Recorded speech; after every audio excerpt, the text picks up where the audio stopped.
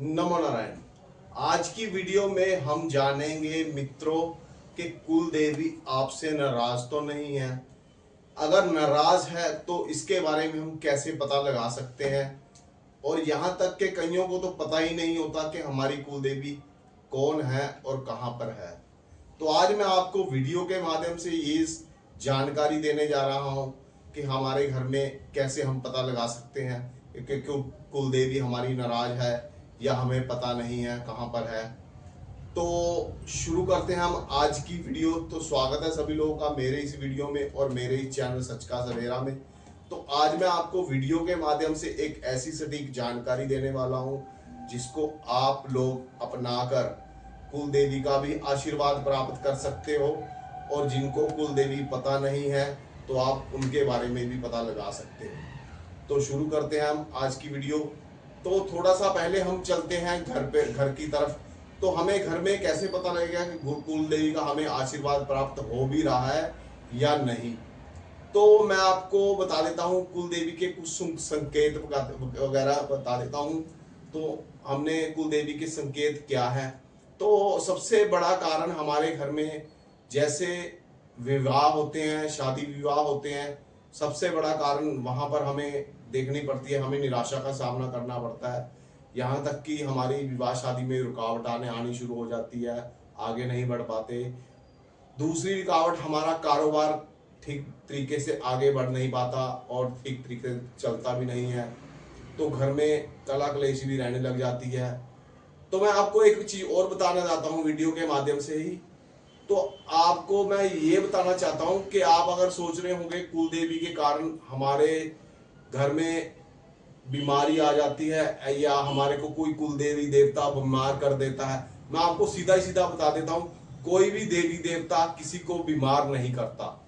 तो स्वप्न के माध्यम से आपको कोई संकेत दे सकता है लेकिन बीमार नहीं कर सकता, क्योंकि हम उन्हीं लोगों के उनके आशीर्वाद से ही हमारी जिंदगी चलती है। देखो, उन्होंने ही हमें बनाया है, उनका ही आशीर्वाद से हम सारा कुछ करते हैं। तो मैं आपको सीधा ही सीधा मैंने पहले तो आपकी ये बात क्लियर कर दी, क्योंकि कई लोगों के मन में यही सवाल था कि कुल देवी हमारे घर पर हमें बीमार वगैरह या हमें कुछ कर सकते हैं। मैं बता देता हूँ देवी देवता कोई भी किसी का बुरा नहीं करता, अगर ना करवाया जाए तो। ये भी ध्यान में रखना साथ में। तो क्या होता है, तो अगर आपके कुल देवी आपको पता नहीं है, जैसे मान लीजिए किसी व्यक्ति को या आपको पता नहीं है, आप भूल गए, तो आपने क्या करना है, किसी भी एतवार वाले दिन से शाम के समय से ये क्रिया शुरू कर देनी है। सरल सी क्रिया बताऊंगा आपको जिससे को आपको पता लग जाएगा।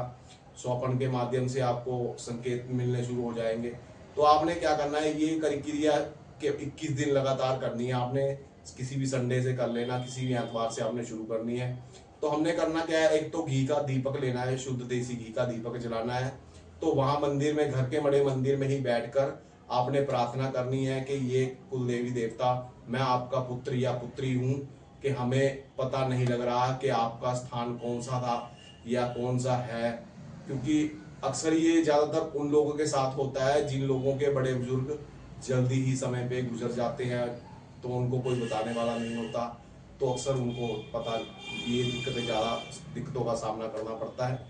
तो आप 21 दिन तक रेगुलर यही करनी है, आपने करनी है। और रात के समय जब ये आप खाना भोजन वगैरह कर लेते हो, उसके बाद में रात्रि के समय सोते समय आपने उस समय भी प्रार्थना करनी है कि हे कुल देवी देवताओं, जो भी आप कहाँ पर आपका स्थान है, मैं आपका पुत्र या पुत्री, जो आपने मंदिर में बैठ के बोलना है वैसे ही आपने बिस्तर पे बैठ के भी है अपने मन में आपने उनको प्रार्थना करनी है कि आप हमें संकेत के माध्यम से या कुछ हमें कोई वो बताइए अपना, जिससे हमें पता लग सके हम आपका मंदिर कहाँ पर है, तो जिससे हम आप तक पहुँच सके, आपकी पूजा कर सके।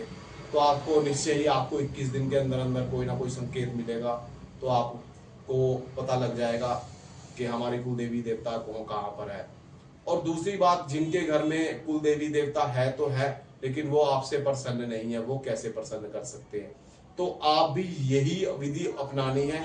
आपने रोज शाम के समय, अगर आपको जैसे पता होता है, कईयों की इच्छा होती है, जैसे कईयों की कुल देवी कहीं पर होती है, हम जाने की कोशिश तो करते हैं लेकिन रुकावटें बनी रहती है हमारे ऊपर।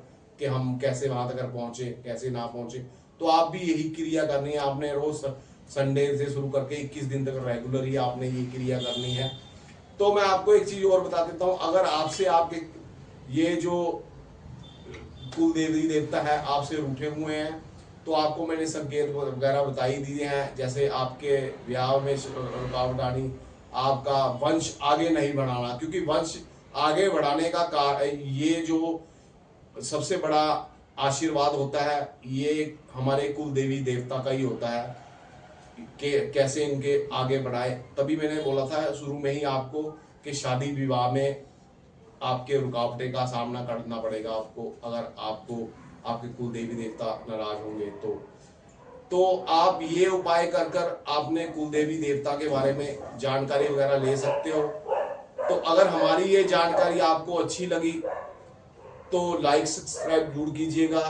तो मिलते हैं नई वीडियो में, जब तक के लिए नमो नारायण। और एक बात आपको और कहना चाहता हूँ, जैसे मैंने कल की वीडियो में बताया था, मैंने वो वीडियो अपलोड कर दी है। तो जिसको लेकर रात्रि के समय आपको स्वप्न के माध्यम से आपको दिक्कतें आती थी, वो मैंने वीडियो अपने चैनल फेसबुक पे मैंने पेज पर आपने अपलोड कर दी है, वो भी आप देख सकते हो। तो मिलते हैं नई वीडियो में किसी नए विषय के साथ में, जब तक के लिए नमो नारायण, जय माता दी।